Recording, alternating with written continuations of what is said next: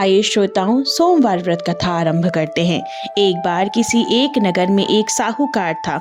उसके घर में धन की कोई कमी नहीं थी, लेकिन कोई संतान न होने के कारण वह बहुत दुखी रहता था।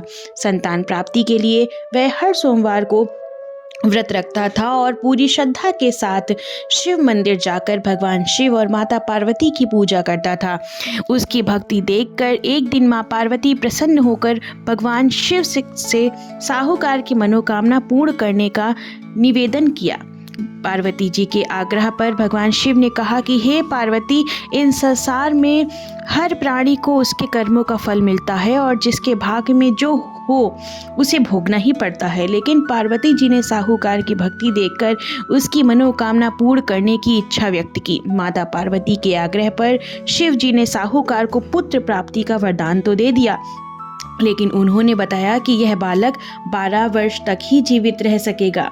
माता पार्वती और भगवान शिव की बातचीत को साहूकार सुन रहा था, इसलिए उसे ना तो इस बात की खुशी थी और ना ही कोई दुख हुआ। वह पहले की भांति शिव जी की पूजा करता रहा। कुछ समय के बाद साहूकार की पत्नी ने एक पुत्र को जन्म दिया।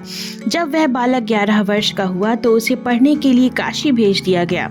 साहूकार ने पुत्र के मामा को बुलाकर उसे बहुत सारा धन देते हुए कहा कि तुम इस बालक को काशी विद्या प्राप्त करने के लिए ले जाओ और तुम लोग रास्ते में यज्ञ कराते जाना और ब्राह्मणों को भोजन और दक्षिणा देते हुए जाना।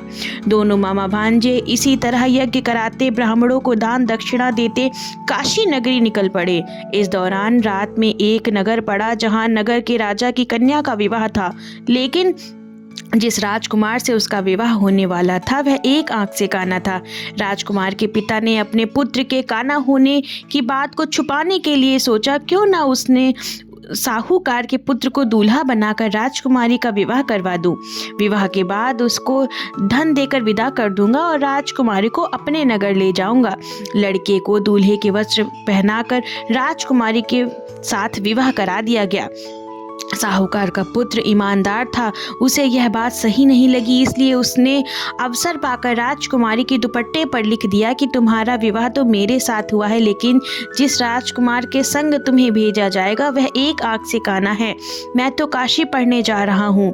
जब राजकुमारी ने चुनरी पर लिखी बातें को पढ़ा तो उसने अपने माता पिता से यह बात बताई। राजा ने अपनी पुत्री को विदा नहीं किया, फिर बारात वापस चली गई। दूसरी ओर साहूकार का लड़का और उसका मामा काशी पहुंचे। वहां जाकर उन्होंने यज्ञ किया। जिस दिन लड़का 12 साल का हुआ उस दिन भी यज्ञ का आयोजन था। लड़के ने अपने मामा से कहा कि मेरी तबीयत कुछ ठीक नहीं है। मामा ने यह कहा कि तुम अंदर जाकर आराम कर लो, शिव जी के वरदान कुछ ही देर में उस बालक के प्राण निकाल लेगा। मृत भांजे को देख उसके मामा ने विलाप करना शुरू किया। संयोगवश उसी समय शिव जी और पार्वती जी उधर से जा रहे थे। पार्वती माता ने भोलेनाथ से कहा, स्वामी, मुझे इसके रोने के स्वर सहन नहीं हो रहा है, आप इस व्यक्ति के कष्ट को दूर कर दीजिए। जब शिव जी मृत बालक के समीप गए तो वह बोले कि यह उसी साहूकार का पुत्र है जिसे मैंने 12 वर्ष की आयु का वरदान दिया था। अब इसकी आयु पूरी हो चुकी है, लेकिन मातृ भाव से विभोर माता पार्वती ने कहा कि हे महादेव, आप इस बालक को और आयु देने की कृपा करें, अन्यथा इसके वियोग में इसके माता पिता भी तड़प तड़प कर मर जाएंगे। माता पार्वती के पुनः आग्रह पर भगवान शिव ने उस लड़के को जीवन होने का वरदान दे दिया। शिव जी की कृपा से वह लड़का जीवित हो गया। शिक्षा पूरी करके लड़का मामा के साथ अपने नगर की ओर वापस चल दिया। दोनों चलते हुए उसी नगर में पहुंचे जहां उसका विवाह हुआ था। उस नगर में भी उन्होंने यज्ञ का आयोजन किया। उस लड़के के ससुर ने उसे पहचान लिया और महल में ले जाकर उसकी खातिरदारी की और अपनी पुत्री को विदा किया। इधर साहूकार और उसकी पत्नी भूखे प्यासे रहकर बेटे की प्रतीक्षा कर रहे थे। उन्होंने प्रण कर रखा था कि यदि अपने बेटे की मृत्यु का समाचार मिला तो वहीं से वह प्राण त्याग देंगे, परंतु अपने बेटे के जीवित होने का समाचार पाकर वह बेहद प्रसन्न हुए। उसी रात भगवान शिव ने साहूकार के स्वप्न में आकर कहा कि हे श्रेष्ठी, मैंने तेरे सोमवार के व्रत करने और व्रत कथा सुनने से प्रसन्न होकर तेरे पुत्र को लंबी आयु प्रदान की है।